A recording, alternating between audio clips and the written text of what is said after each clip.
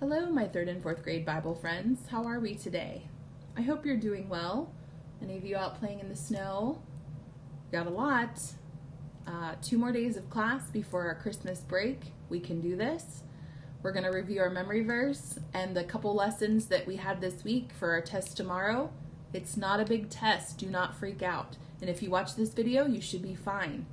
Memory verse is due tomorrow. However, I know some of you get antsy and would like to tell me it right now.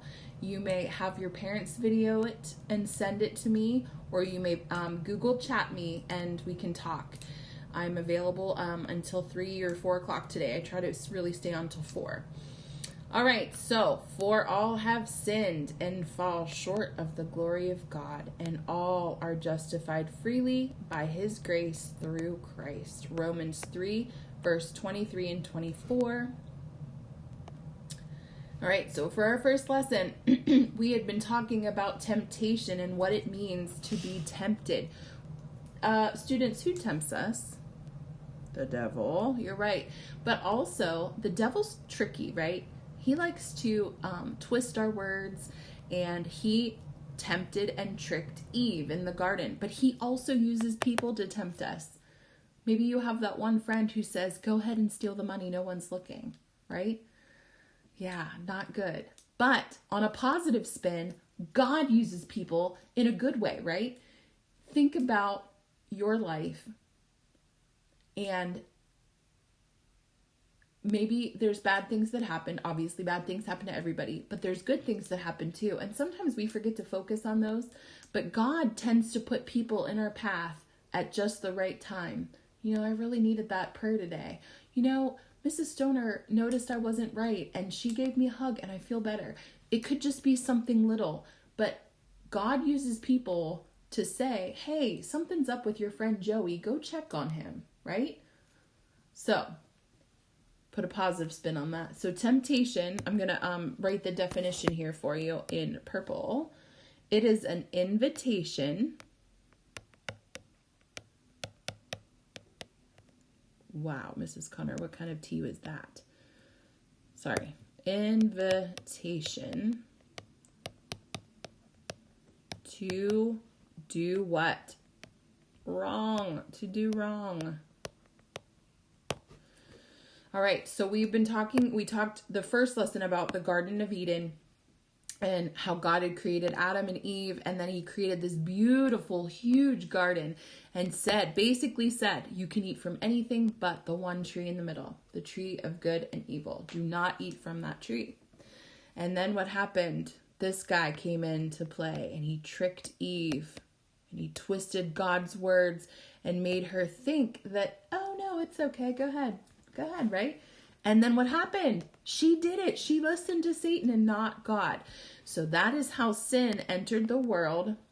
And sin means that we just disobey God. Okay? Our sinful nature is the inherited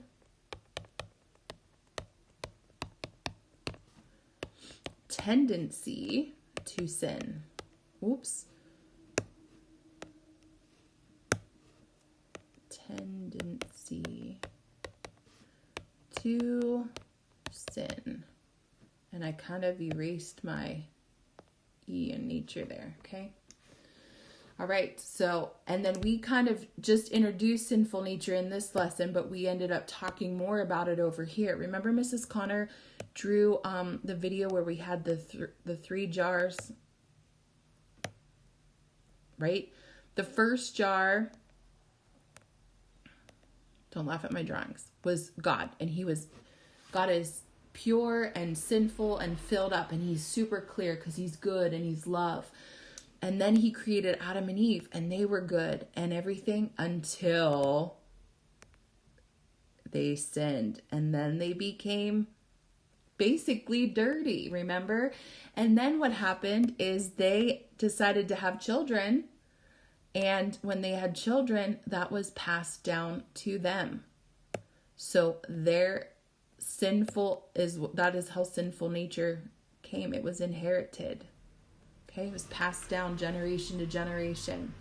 Now, on the test, you may have to say some examples. How do we sin against God? Well, we sin against God by not listening or obeying what he tells us to do. We maybe do and say the wrong things.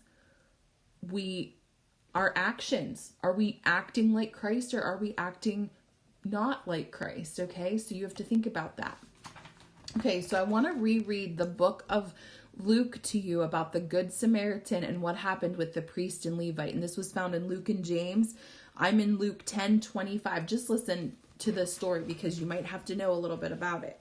Okay, so I'm reading 25 through 37. It's a little lengthy, but I think it's worth it. And a lawyer stood up and put him to the test, that's Jesus, saying, "Teacher, what shall I do to inherit eternal life?"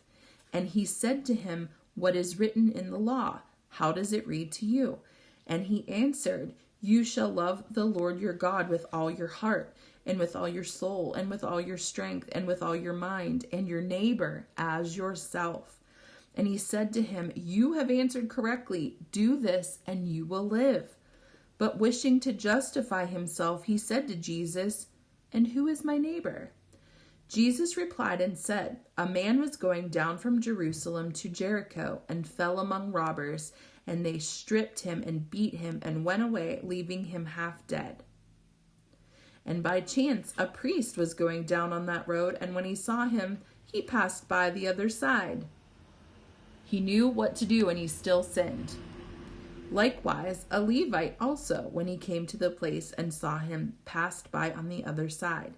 But a Samaritan who was on a journey came upon him, and when he saw him, he felt compassion, and came to him and bandaged up his wounds, pouring oil and wine on them. And he put him on his own beast and brought him to an inn and took care of him. On the next day he took out 2 denarii and gave them to the innkeeper and said, "Take care of him, and whatever more you spend, when I return I will repay you." Which of these 3 do you think proved to be a neighbor to the man who fell into the robber's hands? And he said, "The one who showed mercy toward him."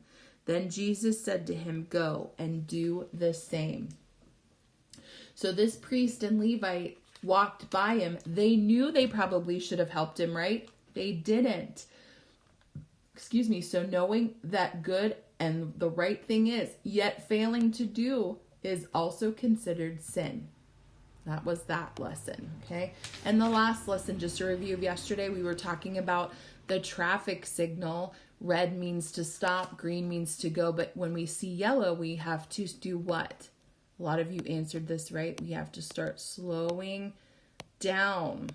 Slow down. Something's going to happen. We need to stop. We also talked about rationalize, and some of you got this wrong on the pod, so make sure you kind of go over it again, is to create an excuse for wrongdoing.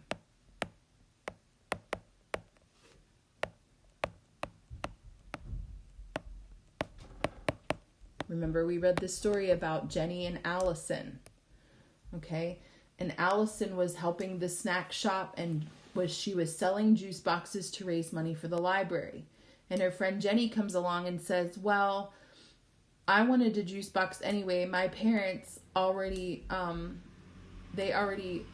gave 3 books to the library, and they're really great books." And Allison knew it was wrong, and she still let her take the juice box. So that was sin. Her friend Jenny tried to tempt her into the juice box. She was rationalizing, well, because my parents paid, it's okay. It's like you're creating that excuse so that you're sinning, okay? That was pretty much it on yesterday's lesson. So this is pretty much it for your review, guys. You can go back and I hope you took notes, or you can go back and watch the video again.